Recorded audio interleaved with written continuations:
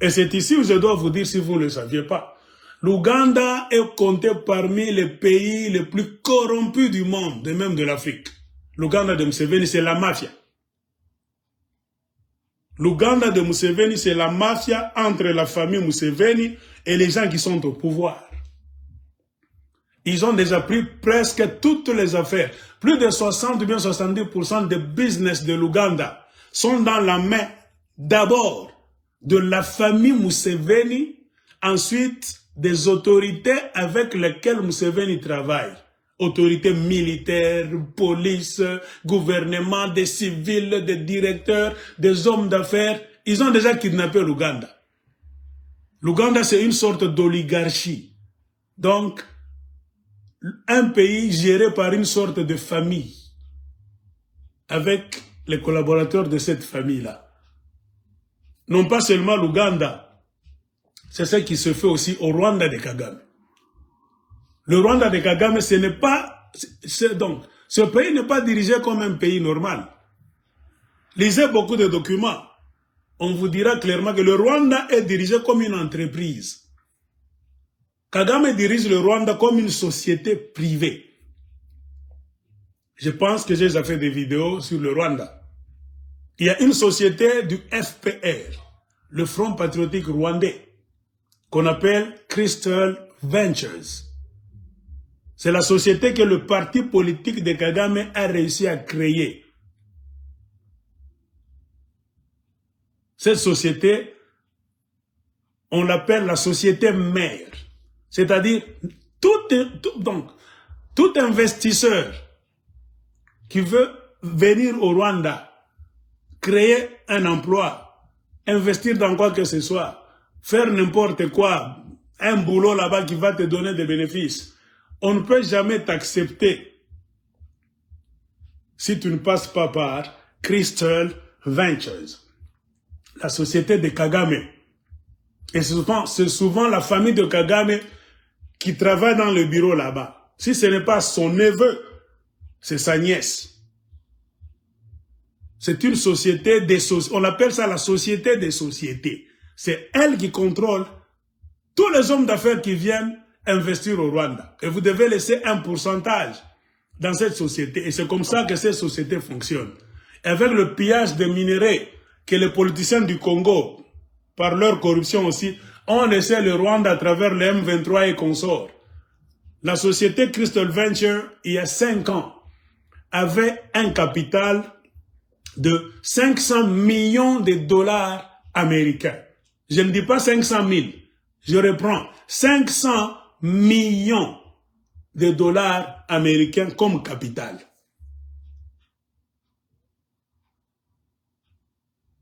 Vous comprenez? Kagame contrôle toutes les activités de toutes les sociétés au Rwanda à travers Crystal Venture. Je vous ai parlé même de l'avion présidentiel. Pourquoi le Rwanda n'a pas d'avion présidentiel jusqu'à aujourd'hui?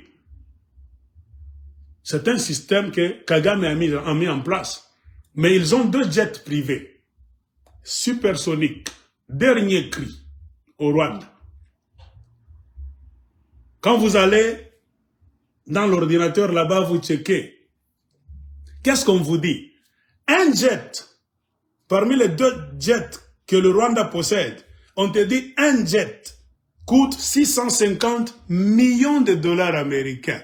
Je ne fais pas l'erreur. Je n'ai pas dit 6 millions 500. Je n'ai pas dit 65 millions de dollars américains. Je dis bien 650 millions de dollars américains, un seul avion jet. Et le Rwanda en a 2.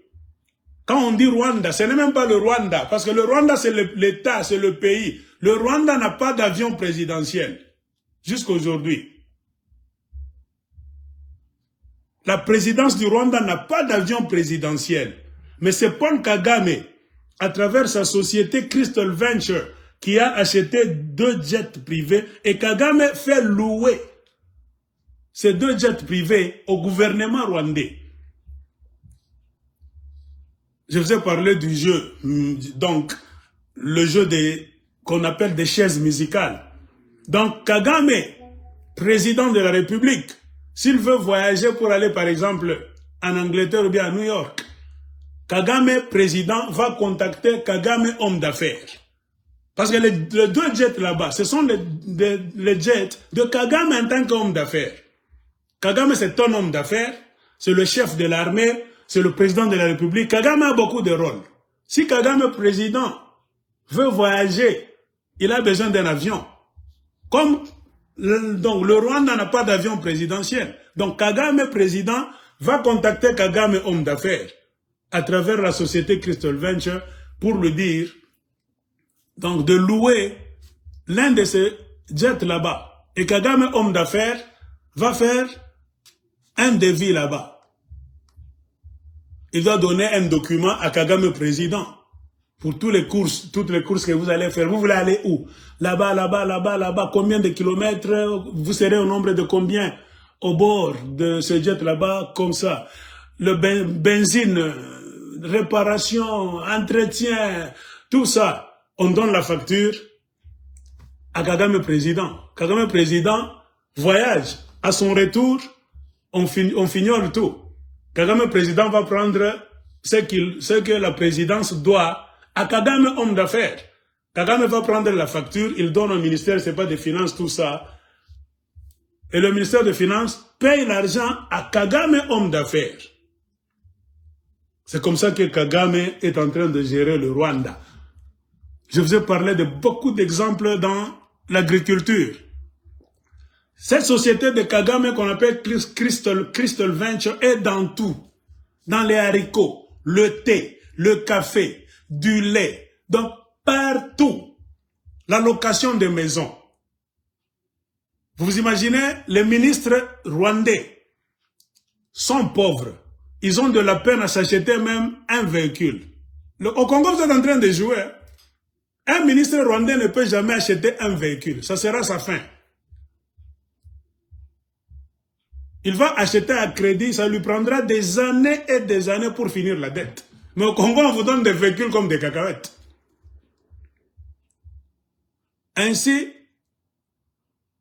se trouvant dans une situation qui fait que le Rwanda étant un pays pauvre d'avance, les ministres rwandais, je ne parle pas des autres politiciens, je parle des ministres,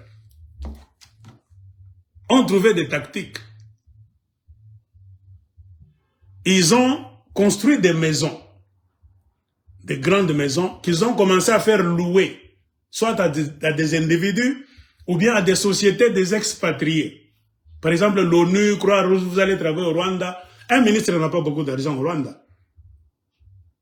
Le ministre préfère abandonner sa maison luxueuse pour que la Croix-Rouge puisse commencer à loger des gens là-bas. On signe un contrat avec l'ONU. Donc si vous venez travailler au Rwanda, les gens de l'ONU, Médecins sans frontières, UNICEF, j'ai une bonne maison, vous pouvez louer ça par an, vous me donnez de l'argent chaque mois. C'est comme ça que les ministres rwandais font. Ils ont cédé beaucoup de leurs belles maisons à des institutions étrangères qui viennent travailler au Rwanda. Et on te dit, dans 90% des foyers des ministres rwandais, leurs femmes sont des femmes d'affaires. Elles vont à Dubaï, acheter des bric-à-brac, revenir au Rwanda. Pourquoi? Parce qu'ils n'ont pas beaucoup d'argent comme au Congo. Kagame, voyant cela, que les ministres rwandais sont en train de se débrouiller très bien en faisant louer soit leur véhicule, leur maison, tout ce qu'ils peuvent pour nouer les deux bouts du mois. Kagame a suivi les ministres rwandais, même dans leurs affaires. Une loi a été dictée au Rwanda.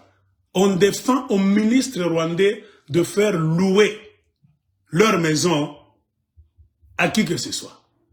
On défend donc aux ministres rwandais qui sont des politiciens de faire les affaires. Vous voyez? Vous allez dire que c'est normal. Non, Kagame est bien. Parce que si les ministres entrent dans les affaires, c'est de là que vient la corruption. C'est bien. S'il faut le faire, faisons ça pour tout le monde. Même pour toi, Kagame. Mais Kagame n'a pas fait cela parce qu'il est juste. Parce qu'il veut donner une leçon que je ne veux pas qu'il y ait corruption au Rwanda. Non. Parce qu'il a vu qu'il n'a plus de business, lui, Kagame. Sa société Crystal Venture n'a plus de business. C'est-à-dire, tous les étrangers au Rwanda iront chercher des maisons chez les ministres. On va leur proposer des locations de je ne sais quoi par les ministres qui ne touchent pas beaucoup d'argent, mais qui se débrouillent avec leurs femmes, qui deviennent des femmes d'affaires là-bas, tout ça. Kagame a vu que c'est l'argent que moi je vais perdre, moi Kagame, à travers ma société, Crystal Venture. Effectivement, c'est ça la vérité. Parce que Crystal Venture est dans la construction. La société de Kagame FPR. Ça construit des bâtiments. Beaucoup de maisons que vous voyez au Rwanda ont construit. Ce ne sont pas des maisons de Rwandais. Ce sont les maisons des sociétés étrangères, anglo-saxonnes, ou bien les sociétés des FPR. On construit des maisons là-bas, bâtiments, kitoko, on vous montre à la télévision. Et le gouvernement rwandais a dit qu'il va commencer à loger les vieillards, les victimes du génocide, tout ça, qui sont au nombre de 600. On a commencé, on vous montre à la télévision. On commence à loger les vieux là-bas, les vieux entrent dans des maisons là-bas, vous tous regardez, ah, Rwandais combien, Rwandais kitoko, ah, Kagame prend son des Rwandais. Non, ce n'est pas gratuit. Ce sont les bâtiments de Crystal Venture, la société de Kagame et des membres coriaces du FPR. Qui va commencer à payer? Ces vieillards là-bas n'ont pas du boulot. Mais quelqu'un doit payer pour eux. Si ce ne sont pas les ONG, chez qui Kagame va tendre la main, parce que le Rwanda c'est un pays mendiant. Qui va payer? Les taxes. C'est vous les citoyens rwandais qui travaillent, on prélève les taxes sur toutes vos activités et votre emploi pour payer la facture des gens, des vieillards que Kagame a logés dans le building. Il n'y a rien pour rien. C'est ainsi que Kagame devient de plus en plus riche avec son noyau de mafia du FPR. Le FPR, c'est une société. Il y a beaucoup d'exemples que je peux vous donner. Les fermiers rwandais qui vendent du lait sont libres de vendre leur lait à n'importe qui. Dans les collines du Rwanda, les belles montagnes là-bas que vous voyez, ils peuvent traire le lait. Ils ont des litres de lait, j'ai 200 litres, l'autre va te dire j'ai 60 litres, l'autre va te dire moi j'ai 30 litres. Tu es libre de vendre ton lait n'importe où. Soit à un individu ou bien à une société. Tu as une ferme, une société va te dire non, nous sommes la société XY. Signons un contrat. Nous allons commencer à venir prendre le lait chez toi seulement. Tous les jours, oui. Non, 2 fois par semaine. C'est-à-dire, toi, si tu fais la traite du lait, tu nous attends. Nous allons commencer à passer chaque mardi ou bien chaque jeudi, prendre le lait. Mais les fermiers rwandais ne sont pas libres de vendre leur lait à n'importe qui. Kagame a eu peur de la concurrence dans les affaires des autres fermiers et des autres entités, même un Rwandais. Si tu fais tes affaires là-bas, Kagame voit que tu es en train de progresser, tu deviens riche, millionnaire. Kagame t'attaque à travers Crystal Venture pour casser tes affaires. C'est ainsi qu'on a cassé beaucoup d'affaires de beaucoup de Rwandais. Beaucoup de fermiers ont été menacés par les agents de Crystal Venture. Vous n'allez pas vendre votre lait à n'importe qui. On vous oblige de signer le contrat de vente du lait avec les agents de Crystal Venture qui sont en uniforme là-bas, la société de FPR. C'est-à-dire votre lait n'ira pas chez les autres. C'est Crystal Venture. Et il y a eu un incident au Rwanda. Crystal Venture n'a pas eu beaucoup de capitaux dans ses caisses pour aller acheter du lait. Non, ce n'a pas eu de capitaux. Crystal Venture tellement achète presque tout le lait du Rwanda. Qu'est-ce qu'il va nous donner comme conséquence? C'est-à-dire, Crystal Venture aura beaucoup de litres de lait dans ses stocks. Ça va entraîner quoi? Il y aura un temps de repos. Pourquoi aller encore acheter la semaine prochaine? Il faut que nous puissions finir les stocks que nous avons. Car Crystal Venture a bloqué la route aux autres fermiers, aux autres sociétés, de faire la compétition pour acheter ce lait. Donc c'est Kagame, à travers sa société, qui a le monopole d'achat de ce lait-là. Et s'est retrouvé, ils ont beaucoup de lait dans leur stock.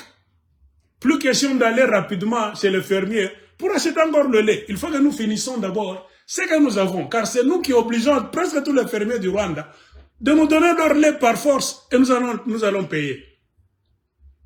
Ça a entraîné quoi? Le lait hebdomadaire que produisent ces fermiers, que produisent les fermiers rwandais, est venu encore. Les fermiers ont eu beaucoup de litres de lait dans des fûts là-bas, en train d'attendre quoi? Que Crystal Venture vienne prendre. Mais Crystal Venture n'est pas venu prendre, parce que Crystal Venture s'est accaparé de tout le marché du lait. Il a beaucoup de lait dans le stock, il faut qu'il finisse d'abord ce qu'il a pris par force en faisant un business de force. Pour conséquence, le lait des fermiers a commencé à pourrir, à se décomposer. Ainsi, beaucoup de fermiers étaient obligés de déverser leur lait. Mais au Rwanda, tu vas ouvrir la bouche. Jamais, on t'arrête, on te fouette. Parlons du cas de la fille qui voulait devenir candidat à la présidence au Rwanda. Diane. C'est Diane qui? Diane j'oublie encore son nom. Je sais, c'est Diane. Diane, écrivez-moi le nom si vous connaissez. J'ai apprécié cette femme là-bas, son courage. Et là, elle est morte. On a dit, bon, c'est leur père qui l'a empoisonné, selon une autre version. Parce qu'elle voulait... Diane Rwigara, cette fille-là. La famille Rwigara a été donc déstabilisée par Kagame. Pourquoi? Car le papa de Diane Rwigara, la famille Rwigara, ce papa-là, c'était un businessman prospère. Quand les Kagame étaient des pauvres de réfugiés en Ouganda, en train de manger la bouillie, les haricots qui sont durs là-bas, en train de porter des culottes là-bas, à Mapacho, et tout ça. Ce papa-là, un Tutsi aussi, il était au Rwanda chez Habyarimana. Il était au Rwanda, il pouvait sortir, comme d'autres Rwandais qui étaient restés là-bas, des Tutsis qui pouvaient venir au Congo, faire n'importe quoi, tout ça. Il s'est bien débrouillé dans sa vie, il était devenu un homme d'affaires considérable. Et quand Kagame a pris le pouvoir, ce papa-là, en tant que Tutsi, comme beaucoup de Tutsis, sont rentrés. Lui, il était déjà au Rwanda, il allait au Rwanda, il revenait, tout ça. Donc, il s'est maintenant donné corps et âme pour servir la cause de ses frères Tutsis qui sont au pouvoir. Ce dont ils rêvaient eux tous, de prendre le pouvoir un jour. Posez-nous la question, qu'est-ce qui a eu lieu? Ce papa-là était tellement richissime, la famille Rwigara, très riche. Ses enfants ont étudié aux États-Unis d'Amérique et au Canada, ces filles-là. Ce papa était respecté. Quand il y a une réunion de FPR là-bas, ce papa-là, il ne vous doit rien, il est riche. Vous êtes venu en tant que réfugié, avec vos bottes là-bas en plastique qui sentent mauvais, AFPR, FDL, vous venez d'arriver là-bas. Vous commencez à manger bien quand vous êtes au pouvoir à Kigali. Lui mangeait très bien depuis longtemps. Ses enfants ont grandi chez les Américains, chez les Canadiens. Il ne doit pas s'étonner devant vous. Il vous regarde comme ça, il veut vous servir parce que bon, le patriotisme, servons notre pays. Mais l'esprit de Kagame et du FPR, c'est de contrôler tout le monde. Il ne faut pas qu'il y ait des boss devant Kagame. Même si tu es patron, tu as beaucoup d'argent, Kagame veut te contrôler. Te dire ce qu'il faut faire et ce qu'il ne faut pas faire. Et en voyant que ce papa-là, ayant passé son temps à l'étranger, Rwanda, partout, il voyageait, revenait au Rwanda, ne s'inquiétait même pas. Il voyait Kagame comme n'importe qui. Ah, Kagame a commencé à le regarder. C'est ce qui a créé la jalousie. Et ce papa-là était respecté et il avait beaucoup d'argent tellement dans ses affaires dans le monde. Il avait même des hôtels au Rwanda. Si il fallait faire la contribution pour le parti politique, il était parmi les grands donateurs. Ayant des connaissances à travers le monde, il connectait même le parti politique FPR de Kagame à d'autres institutions dans le monde. Il a eu tellement de succès dans le parti politique de Kagame. Il était respecté. Et on sentait que si Kagame descend du trône, parmi les gens qui peuvent prendre la succession, prendre la tête du FPR, s'ils sont au nombre de 2-3, ce papa-là, le papa de Diane Rwigara, était compté parmi ces gens-là. Bonne réputation, beaucoup d'argent, un grand donateur. Comme Kagame ne veut jamais laisser la présidence à tout le monde. C'est ici où être tous ou bien Hutu, ça n'a plus de sens au Rwanda. Que tu sois tous ou bien Hutu, Kagame doit t'éliminer. Là où il y a ses intérêts de pouvoir et d'argent, Kagame élimine tout le monde. Même si tu le mets au pouvoir, ceux qui ont mis Kagame au pouvoir ont fui. Ce monsieur est tellement dangereux en matière d'argent et de pouvoir. Ainsi, Kagame a commencé à éliminer les militaires, les policiers, les civils, les hommes d'affaires, un à un. Le paysage politique autour de Kagame posait la question au Rwanda. Ce ne sont pas les gens qui sont venus de l'Ouganda en majorité avec lui pour prendre le pouvoir. Si tu n'as pas fui en exil en tant qu'homme en uniforme, civil, donc tu es en prison au Rwanda à cet instant, ou bien tu es sous pied, 6 pieds sous terre, on t'a déjà enterré.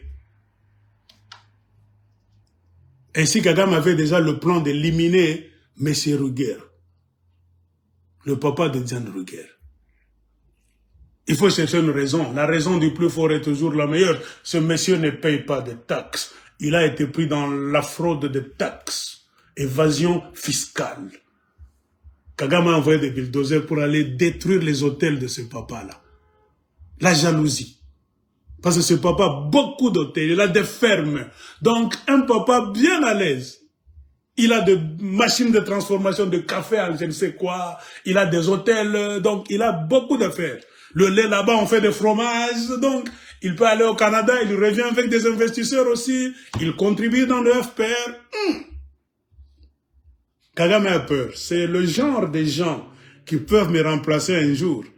Moi, je n'ai pas envie de laisser le trône. Il faut les éliminer un à un. Parmi les victimes du FPR, le papa de Rwigara a été éliminé. Vous avez vu toute la scène. Écrivez Diane Rwigara sur YouTube ou bien votre Google machine. Vous allez voir les vidéos. Kagame a arrêté toute la famille. Il tue leur père. Il arrête la femme, la veuve Rwigara, ses 2 filles là-bas, emprisonnées. Le problème de la fille là-bas, la courageuse, c'était Diane Rwigara, parce qu'elle avait dit non, moi je n'aurais pas peur. Une élection là-bas qui s'était passée, elle a posé sa candidature. Elle a commencé à faire campagne. Beaucoup de gens l'ont aimée. Kagame a vu que cette fille, mine de rien, peut devenir présidente du Rwanda. Il faut lui mettre les bâtons dans les roues. Après avoir éliminé leur père, qu'on avait éliminé en brousse, il s'est rendu avec son véhicule, il s'est arrêté quelque part. Oh non, il a trouvé des gens qui ont bloqué la route. Vous savez, le Rwanda, c'est les collines et les montagnes là-bas dans des villages. Alors, il était à bord de son 4x4. Les gens ont bloqué la route. Ils ont commencé à lui dire des bêtises. Lui, papa, bon, se prenant pour un boss, il est connu par le président de la République. C'est un boss du FPR. Il a dit à ces gens, vous ne me connaissez pas? Rwigara. Les gens ont dit, on s'en fout. Alors, ils l'ont tiré dehors, ils l'ont roué de coups, et l'un des assaillants a pris une grande pierre. Le papa a vu que les affaires maintenant étaient sérieuses, ça ce sont des assassins, des criminels.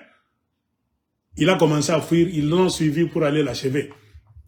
C'est ainsi que le papa de Rwigara est mort, dans des conditions pareilles. Les villageois qui étaient là, dans les montagnes et les collines, voyaient la scène. Mais le gouvernement rwandais de Kagame a présenté une autre version, que le monsieur est mort dans un accident à la campagne. Mais la fuite d'informations était déjà sortie.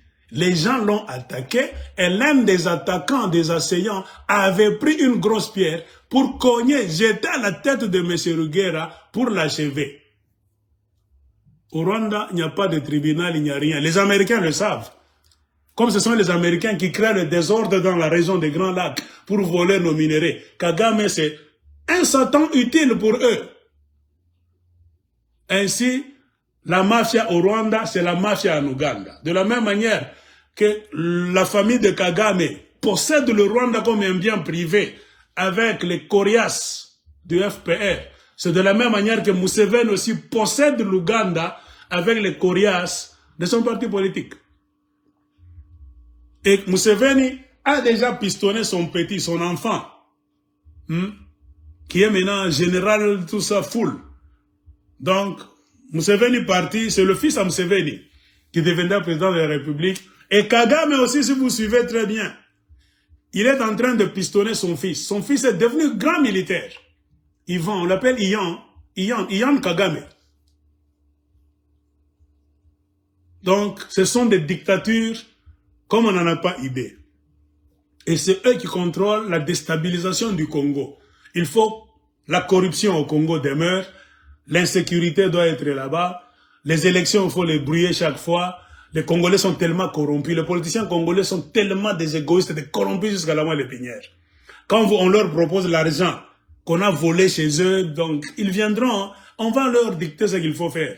Et c'est ainsi que tout ce que vous êtes en train de voir au Congo, c'est une histoire qu'on a créée par les anglo-saxons à travers l'Ouganda et le Rwanda. Et les politiciens congolais, la majorité ont mordu à l'hameçon. Vous êtes dans un système qu'on vous a imposé par les anglo-saxons, c'est-à-dire qu'il y a des ordres. Il n'y aura pas de paix, il n'y aura pas de justice, il n'y aura rien qui va marcher. Et c'est un système qui plaît. Chaos généralisé. Car c'est dans le chaos que le diable opère. S'il y a l'ordre au Congo, la justice, le sérieux, la démocratie, vous allez contrôler votre pays. Or, eux ne veulent pas vous voir, vous les Congolais, contrôler votre pays. La formule est très simple. C'est ainsi que parmi les mafiosi qui protègent d'autres mafieux, il y a les Ougandais, autorités. Car l'Ouganda, comme le Rwanda, c'est parmi les pays les plus corrompus. Au Rwanda, on ne sent pas la corruption car Kagame contrôle tout. Kagame tue les concurrents. Il peut te dire que tu as été corrompu, tu as volé. On t'élimine du jeu facilement. Regardez autour, trop de cadavres dans le placard.